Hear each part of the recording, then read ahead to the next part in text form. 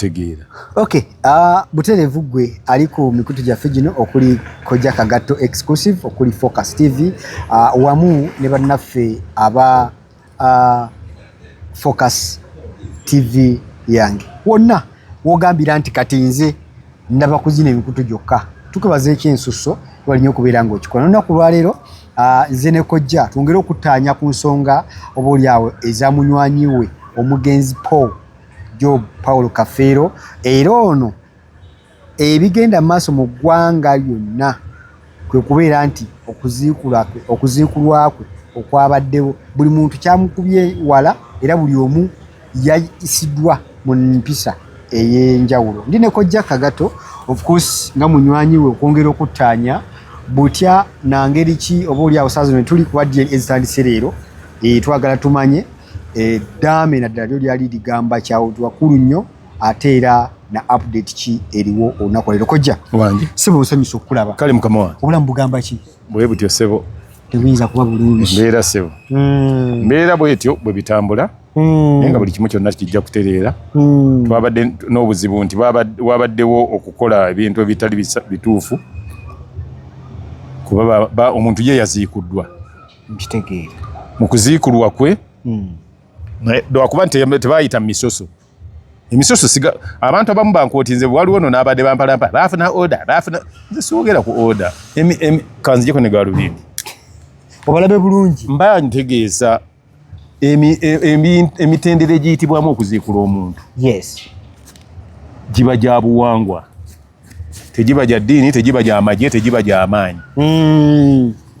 omuntu aziikulwa omujjwa gwe tugamba yaziikula omujjwa era asasulirwa bwe muba muziikula musajja muleeta enkoko omujjwa ajja n'aleeta enkoko empanga ya lujumba bagisala musaayi ogwo bwe gugenda wali omuzimu bwaguwoyawo ne bagamba nti omuzimu temukola muti tetuzze kulwana wabula tukola ki tereeza butereeza n'ebigambo bigenderako kibayita okulaamiriza okwo kuba kati abantu bajja kufuna ebizibu ate bw'obifuna oligenda waani ekikulu mu byonna nti omuntu eyaziika omuntu oyo ng'afudde tabeerawo nga baziikula n'ab'ekika nabo tebabeerawo mu kuziikula tebabeerako naye byonna ebyabaddewo mwabirabye tusaasira nnyo bannange Pawulo bw'atuli ku mutima naye ekyasinze okunnuma Pawulo yasuze nga bazizzaako bifunfugu bozza bati wabula olwaleero bazemu ne bazimba anti ekyo bw'omanyi naye si bwe kyabadde naye kati we twogerera kati wondabira nga ndi mu maaso ga kamera tumaze okukakasa nti bagenze oluvannyuma lw'okwecwacwana ekyo kyo nkigamba twecwacwanye kubanga mwamaze oteekawo embeera Honorable yatuuse n'otugamba nti mubuuze Nnende tugamba Nnende ye offeringa obukuumi na kina buli kimu ate Nnende si muganda wa Kafeero si ki kuba taata wa Nnende ye Naganga yeegaana Kafeero kati ate Nnende atandikira wa okwekiika mu bintu bya Kafeero gwe beegaana nga kitaawe yali mulamu n'agamba omwana simuzaala era n'agenda nzijukira nga kugamba n'ebintu yagenda n'addira omuwala Nagawa eyali asikidde senga wa Kafeero Naganga n'agamba nti ye si yazaala Kafeero n'olwekyo Nagawa tasaanidde kusikira Nagawa olima senga wa Kafeero waawali Nakabago ng'ogenda ku luguudo lw'e Bugerere era okumanya Naganga yatabuka yasimulayo ne Nagawa n'amugjayo era nga bwe bakoze Kafeero kama omuze ogondooza mugulabe bwe gutandika era balina ebigendererwa ebyokusimula ne batwala n'amugjayo n'amutwala gy'amututte kakati ate abaana b'oyo yagamba nti tazaala Kafeero era nga yagamba nti Kafeero yamuzaala kimanyi mbu kitaawe yali Munyarwanda yali atema bikajjo gindi lugazi ate lwaki oluvannyuma agamba mbu yaleese omusika bagamba ate ne mubuuza oleese omusika olumbe waluguteekawa nga tewali ayinza kuddamu oleeta omusika ngaani nga siggwa omuzaala toli taatawe toliti ekyokubiri olumbe walutambuza otya nani kuba abaana tekuliiko yagenda bagenda nga batambuza lumbe wani wa mukulu wa lunyiriri na mutuba naki ekyo bwe kiggwa Kafeero bwe yafa ate Naganga yagamba ntamuzaala n'agamba muleete ebyuma ng'atusaba ebyuma doleyo ebyuma era ebyuma n'abitwala tetumanyi naguno gwakati tumanyi gye biri atazaala Kafeero yamwegaana to make the matters worse Kafeero bwe yafa abantu njagala bamanye ebintu bino Kafeero mu kufa kwe Naganga yali mulamu yes ng'abeera awo wali opposite ne prayer palace ekibuye omulamu gwa Kafeero bwe twagutwala ku kalenda Naganga teyalinnyayo taata we teyalinnyayo kyokka nga n'oyo Nnende agamba Nnende teyalinnyayo saawa zo be bamulimu ku influencinga buli kimu ne bwe twagenda okuziika e Masaba abo bonna tekwali yalinnyayo nze njagala omwana omwe wa Naganga agamba nti yagenda okuziika e Masaba mugamba nti kati muvaayo muli b'amaanyi nnyo mugamba nti ki era ebintu byonna bwe byaggwa abo baasituka nekita Nnende oyo gwe mulaba atera okwogera oyo ayogera abalaata yasituka n'agenda okucunya Nagawa Simon gundi Swazi nga bali erweza baba bacunya baagala kutunda wali kamba mugenda munenya banenya Swazi simanyi Swazi yatunda Swazi ebintu Swazi nno mumulaba nete yatunda bintu Swazi yali na influence anti bamu kati ya ayimirira ku magulu ge n'agamba nti kino Swazi naye obuzibu bwonna we buva abeeyita baganda ba Kafeero okujjako Mugerwa Joseph Mugerwa ye mukkiriza buli kyakola yabadde ku sayidi ki eziikula etaziikula Mugerwa yali agamba nti we bituuse era nga kife kyetwagamba ne Ssemakula nti kati we bituuse wano mu bituuse baziikule ekituufu kyerage eze nkugamba era nkyakisaako nkyakukakasa kyakiteekako amannyo nti abaana bajja kuba bameka 7 kati abaagala okwetta mwette nabagamba nti mutuwaliriza bakkirize baziikule Kafeero bamuziikule era bamuziikudde ekyomukisa omulungi nti entaana ye kyabadde kinuma nti bazizaayo bifunfugu ne bamuzaako naye n'olwaliro Honorable Balamu contactinze abadde balina ogikola bamaze ogitereeza ogikola ki okuba ekipande bulungi nnyo bagirinde ekale nabagamba nti Kafeero w'amaanyi ajja balaga amaanyi ge era tubadde tuli awo Honorable Kibuule n'atukubira Kibuule ng'agamba ki ku kyemwogera kino ekyendabye nyambe ki mu kuzaawo Kafeero nga bwe yabadde mbayambe ntya ne tumubuulira bwe twagala atuyambe naye tumugamba meanwhile sooka oleke tulemala okulaba abantu bagaana tujja kulaba engeri ekyokukola nabadde nja contactinga Ssemakula ngende n'abaana abo abaana be mbadde mmanyi nebisirikirwa tutereeza amalaala abaagagize obaga abalemye okuzaawo nga bwegabadde bo bakubiridde mangu awo byabuli anti kati weebuze era nababuuza nti kati mugenda kumala okukoona Mabo mu mukoone naki kati bwe munaamala mugenda kusima entaana endala muteekemu Kafeero oba ate era mugenda kusonseka tolaba ndi bajja kusonseka kuba keesi bwe bayasizza era bwe balina basonsekayo busonsezi bati nga basuulayo sajja bamutyobodde all in all entaana bagizizzaawo era tusuubira nti bijja kutereera bintu abantu balina okumanya ebintu bingi nnyo kojja nyina video ginayo ku status yo Balamu ng'alina Kafeero bali bemanyi ono personal bwe twali tutunda teepu nga tulikodinga oluyimba lwa gundi lwa Dipo Naziggala Balamu yali akyali muvubuka yes twagikolera ku dduuka lyabwe studio yali awo waabwe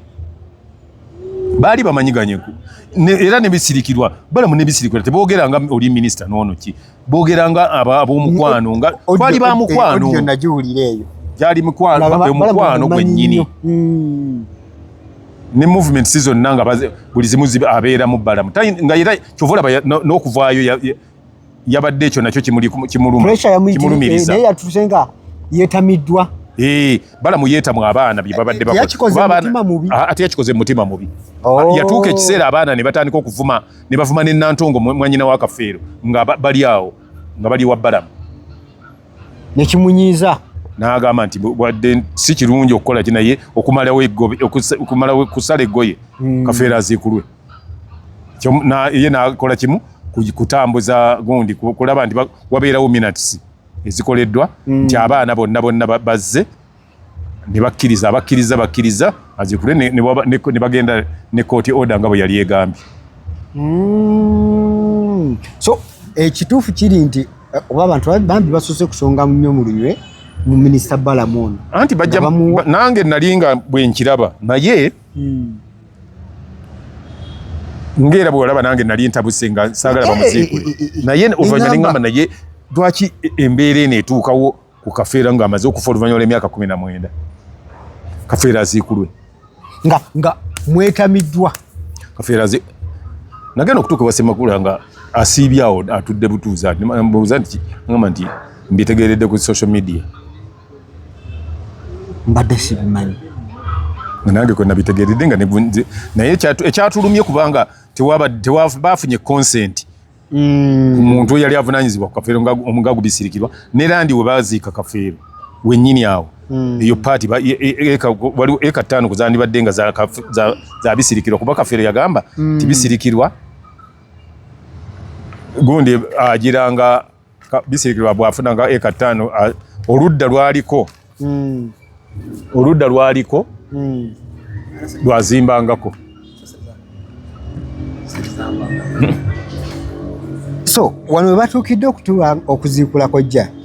bino byonna kitegeeza nti ne bisikirwa yabadde omu ku kitundu ekigamba naye bannange naye nange neetamiddwa bannasaawa zino akyali mu kwennyamira lw'ekyo twayoga ekyo twakisalirawo lwe twamusabira egindi lwe twamusabira emakindye yes ne tugamba nti kubiriwo ne ku mbeera yonna etambula baziikule Kafeero ekijja kijje kasitaffe tubadde twagala aleme kuziikulwa naye nze ekyali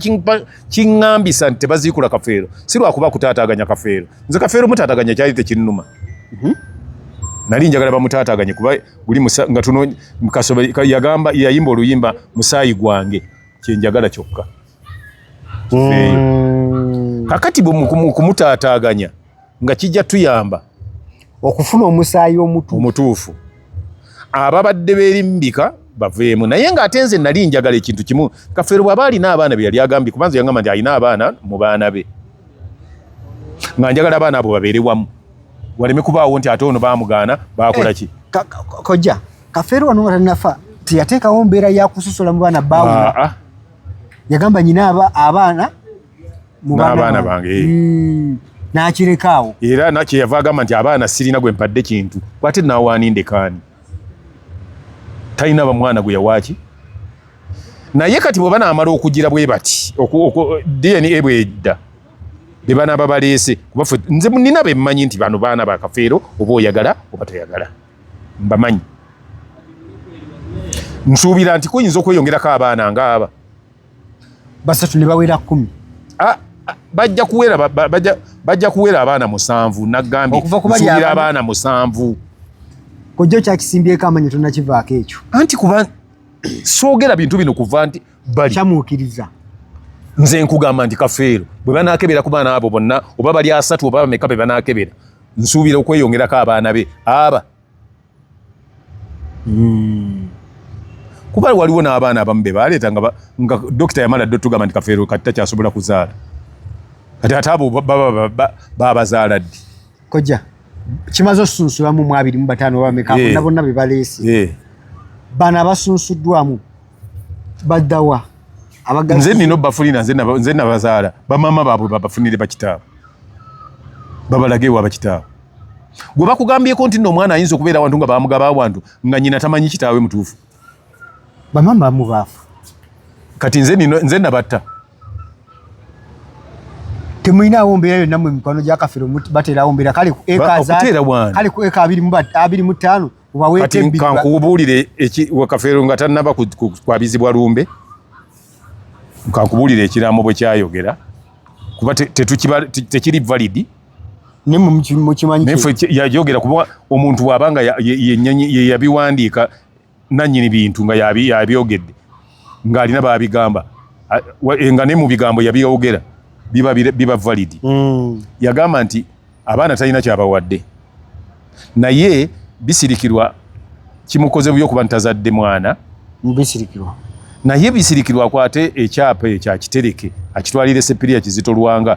abantu ba mikwano gyabo ab'okumusegere basayininge babanga akitute wa Sepiria nete yasayininga yali tanaba kumala kusayininga ati tulina bwe tukitwala era gye ruli n'agamba nti naye bisirikirwa babangako oyo okubeera wano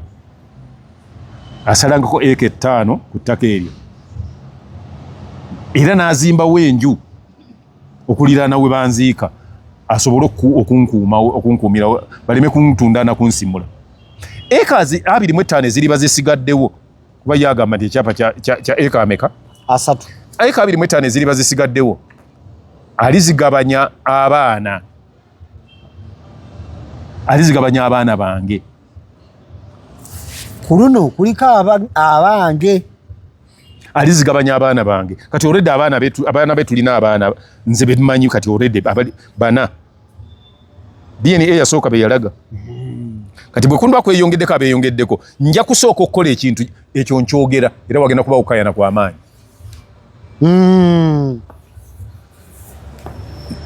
abaatunda bye baatunda ngenda kusooka mbale share zaabwe nti ezo zo baazifuna ettaka eririba lisigaddewoko acres zino tuligabira abo abapya abanaaba bazze bwe tunaaligabira olwo tulyoke tuddemu ate tugabe eriri kyenkanyi erifisseewo nga bano bafunyeeko abatunda si bana bamukubana kati baba balina share gye baafunako nabantu tugenda bawo ekyenkanankana ne share bali gye baafuna n'oluvannyuma eririba lisigaddewo tulibagabanye ekyenkanyi betumaze okukakasa nti baana baani ba Kafeero nze ekintu kyenyinza okukolera Pawulo era ne bisirikirwa yaŋŋamye nti Sematimba ekintu kyoyinza okukolera Pawulo nga gwe yali munne gwe ndabawo nga mulamu wange gwe ne mugerwa kuzzaawo ntaana ya Kafeero nga bwe yabadde n'abaana ba Kafeero abaana bakakasiddwa kubagabira ebintu byabwe mu bwenkanya ekyenkanyi naŋŋamba nti naye mbadde nsaba tuleme kutaataaganya bantu abaana bali be twali tumanyi bebagamba nti be baana abana bye baatunda ekyo tugambe nti baakola ki kyaggwa era bo baafuna ebyabwe abaatunda ekyo tuleme kudda mabega tutandikire wano kubanga ne DNA wetandikidde okulaga ekituufu bwe baba baatunda tumanya nti kati omugabo bali baafuna ku mugabo bali naye bwe munaabaamu abeyongeddemu at least nabano tunabawo omugabo ogwenkanankana nabali abaatunda bye baatunda oluvannyuma eriba lisigaddewo tulibagabanye bonna nga bwe bali balifune mu bwenkanya mu kyenkanyi era n'agamba bisirikirwa kati kyenjogerako ayinza yagamba nti singa abaana bano bagenda kuba ekyapa bajja kutula bakiseeko kavieti kyonna ye kyayagala we baamuwa bisirikirwa tayagalawo ye bwagamba etaano zino ezaali mu yagamba nti nze kyenjagala kimu njagala mbeere n'abaana abakafeera abana bakoze eki bakakasiddwa era ne eka 5 nazo nzongere ku Pawulo nzirekere Pawulo omufu eyo spaces ebeerewo nga Pawulo waali kasita tunateekako kavieti ebeerewo namatovu agamba nawuliddeko omwana ajejemba nti bisirikirwa oli ali London oli gwe bayita bisirikirwa yasiye bisirikirwa nengamba lwaki oli mujega okutuuka kwekyo nende tojega wala kutuuka ate kwekyo oyo omwana ye Robina bisirikirwa namatovu erinnya eryo namatovu lyakika bisirikirwa byamutuumibwa jjajjaawo azaala maama we kakati mwami Nende gwe abadde tamanyi kyoyogera Manya abajega mwagala nnyo okunnyonnyola bye mutamanyi. Nze waba bisirikirwa tewaliwo kyesimanyi kubanga nagendayo nga maze okulaba nti nze nali nemesezza bisirikirwa okukola bye yali akola ng'okusoma kuganyi naye ate oluvannyuma Kafeero era yansala ku muguwa n'aweerera bisirikirwa. Maama wa bisirikirwa yafuna olubuto nga mwana muto ali wa taata we Matovu. Teyayogera nti ali lubuto nga olubuto yalufuna wa Matovu naye ate nga ali waabwe waka. Akyali waka. N'abeera n'olubuto ewa maama we. Ewaabwe wa maama we. N'atuuka okuzaala nga tayogedde nnyini lubuto. Ekyamutuumisa bisirikirwa. Ebigambo bisirikirwa. Era ne maama wa gundi wa bisirikirwa naye n'asirika n'atayogera nti omwana yasoba. Nga Muzeeyi Matovu ayinza okulya omuntu. Yandisse omuntu. Basazi b'edda ate oba bali bakambwe. Nzi kati bannoonya nako. Ebulenga awo bannoonya wano ku Masaka awo ku Najjanankumbi ne bannoonya n'Ennyanama nga bagamba nti oyo omusajja yani nga bo balowooza nti nze nali njagala bani. Bonna yabeeranga mu mmotoka yange. Era omanyi bisirikirwa ayo. Between walinga oliawo kayungirizi. Olwekyo oyo ye bisirikirwa. Ate abantu balowooza nti Kafeero yatandika okuyimba bisirikirwa ndiko olwo oluyimba. Lino oluyimba lwe yali nsabo waliwo oluyimba lwe bayita nsaba omanye kikyendi lwe yasooka okuyimbiramu bisirikirwa oyo naye yali ataddemu n'erinnya lye negundi n'atugamba nti bajja kututta kujja babalumbe nga mutadda amannya gange mu luyimba olwo mulijje kuba abafamire ya bisirikirwa tebasooka kwagala mudongo kakozi bamutanga mudongo nga baali batuyita n'abayaayi omuyaayi atwalawo omwana waffe bagenda okulanga n'okumusomesa amusomesa ne tufuna ssente awo waliwo ssente zetwafuna ne tugenda nga n'omulimu tetunagukola Kafeero n'agulira gundi eyo emmotoka limited mpya ttuku bwe twamala awo waliwo ssente zetwafuna awo ne tufuna n'agenda n'amugulira Pajero short. Bisirikirwa ono yagendanga wa jjajja wasenga oyo gwe yayagalanga ennyo nga buli kimu akimuteresa yali jjajja. Jjajja agenda okulaba nga omudongo ali serious. Nga tewaliwo kyatakola ki nga buli kyoyogerako kyavamu ne tutandika okutuukawo. Waliwo ne yali agenze nga yeekwese bulenge eyo ngena ne muno naye waliwo ne yali yegiraagira yenyolanyola ne muvuga ne mutwala paka wa Kafeero. She was very young by then. Awo koja mwenga family. Yani okay, sorry. Gwenga mukwano gwa family eri oba mukwano gw'omugenzi ono. Abaana bano bambi abataliiko okay omusayi guzze tebafunye bwenkanyo obwo bugamba oba omusayi guzze gubasosodde. Temulinawo ngeri yonna gye musobola abaana bano bayambamu ne babeera ku nsi kuno naye nga ng'omugenzi bwe yakolanga nga tabasosola na kubaboola kusigala nga nabo bafunako kokka kukagaba akatono. Ekyo ekintu nakyogera ne gundi nakyogera ne Namatovu. Atukyogera ngamba nti abaana tubagaane okukola ki naye Namatovu yali takyagala baana bazikule Kafeero kuba banaamuzikula ne bagera sample bajja kubanga bakola ki bajja kubanga abamu baba balina kgenda ngate be bazudde nti Kafeero ffe tuba tetubalinaako buvunaanyizibwa nkitegeera. Era lwaki bo tebaatuyambye egamba nti tuli butalemezaamu nti bazikule Kafeero nabo bandi kituyambye ne bagamba naye wakino tukireke kasita ye taata waffe eyo tukkiriza tukireke nibagambye nti baagala kuziikula Kafeero bakakase nti baawa kati bajja kijja kuba back to our roots. Mukutula ne mwefumiitiza ne musaba ne mugamba kino kiba oba tekiba. Ate naffe omuntu atali wa kintu kye mwagala naffe tumutumuta n'agenda where you belong. Okoli belonging yawo. Kakati ffe tumwagala ffe twabazaala bwabanga maama waabwe yabazala teyabalaga gye bamuzaala ffe tulaga balagayo nga bajja genda mu baganda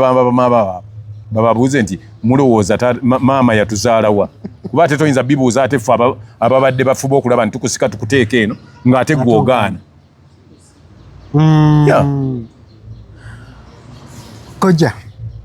abantu bingi ebikyatambula naye njagala buno tugenda tambula mu series abantu abagoberera Kojja Kagato exclusive Focus TV Blon Media tugenda kufuna story eno ey'abano abagenze ku DNA tufune ebiki ebinaava tugenda kukola follow up kale tukuwenga updates nja kuwa update kubanga nina okubimanya yes mu buntu buli step egenda mu maaso kubanga nze era kiri kyona badde nkiwakanyiza nti bajja kugenda ku musaayi leero nakiwakanyizaawo nti kuba teriyo ayinza kugenda ku musaayi nga offices eza gavumenti nsibe olwokusatu luno saakinenyereza muntu yenna naye kyemusaba kyokka kiri kimu abaana bw'omanya nti oli mwana wa kafeero nga ogamba oli mwana wa kafeero mujje eyali azzeeko n'atajjangako mulimu be tutamanyi naffe waliwo omwana gwe bajja eyessese waliwo omwana gwe bajja UK mujje we shall welcome you okole DNA twawula abaana mu byana oba twawula abaana kiba kirungi nnyo mwenna ne mubeera wamu era ekimu abantu abamu banenya kafeero biki kafeero yali mwana muto kafeero yali mwana muto ebisigadde naye kasita mu buto bwe yalimu yakola ebikuumidde bano awamu ebirabibwako ebyagamba nti kati ebisigadde tujja bisootinga kale obadde mulabi mulungi okuva gye twatandikidde mpaka wano mbadde ne Kojja nga tuyisaamu ku nsonga ez'omugenzi Kafeero naye sijja kulema kwerabira kujjukiza bannaffe tutambula nabo aba Focus Event Services bagamba nti beeyune bakolera omukolo gwo bakuwe service ezo ezimalayo service ezikola omukolo gwo n'ogamba nti kituufu nfunye ekyo kyengwanidde bakooneko ku namba simu ku screen wamu ne bannaffe aba Focus Graphics and Branding bagamba nti beeyune bakubrandingire t-shirt uniforms oba corporate uniforms ez'amakampani omuli business cards, stickers, banners, billboards, posters ezenene baba bazikole namba kwezi ku screen ate nga ne Kojja Kagato akuleetedde gye bayita bicycle kick musubiddwa abatalabye video eno waliwo gye tukutte era ejja kugenda ku TikTok ondowooza nga tusabika bicycle kick agenda e UK kitegeeza ki nti wonna wooli mu ggwanga lyonna ly'olimu Kutugambe bugambe eri mu ggwanga lino mbifuna ntya tetusobola kulimwa kutuusaako bicycle kick komyawo erinnya lya nnyinimu ate era otuuka ogende waka ne oba tolina kaveera teweebwala kaveeri n'akuhaginga kubanga nti ani akomawo nti Kojja yakomawo nga Kojja amulaba kize omuntu aleme kuyita nkoko enkoko kibi nnyo kuyita enkoko lwanisa nnyo erinnya ly'enkoko kale bakuyita embwa awo afazaali oba endogoyi beera bakuyita ebbanda bwomanyi ebbanda bana ndimanyi bakuyita enzo oba katazamiti akati kaveeko katazamiti oba akalemanjovu ne mashini esobola osalako nebongoko erinnyo Kojja bawe enamba eri 0752 mpozi nebaza ne sekwebaza ba subscribers ababa subscribinze Kojja Kagato exclusive mwebale nnyo mwebalire ddala we muntadde kanonye buli kyafaayo kimwandyagadde nkibawe kibatere ku Kojja Kagato exclusive Kojja kasanga ku Hebron Media ojja kubanga okisanga ne ku Focus TV yonna bijja kuba mutuwongedde amaanyi era okuva n'olwaleero tugenda ate kukozesa amaanyi mayitirivu kale obadde mulungi okuva gye twatandikidde mpaka wano mutukkirize ade Wilberforce Kimemyanya banne Kojja Kagato for now bye bye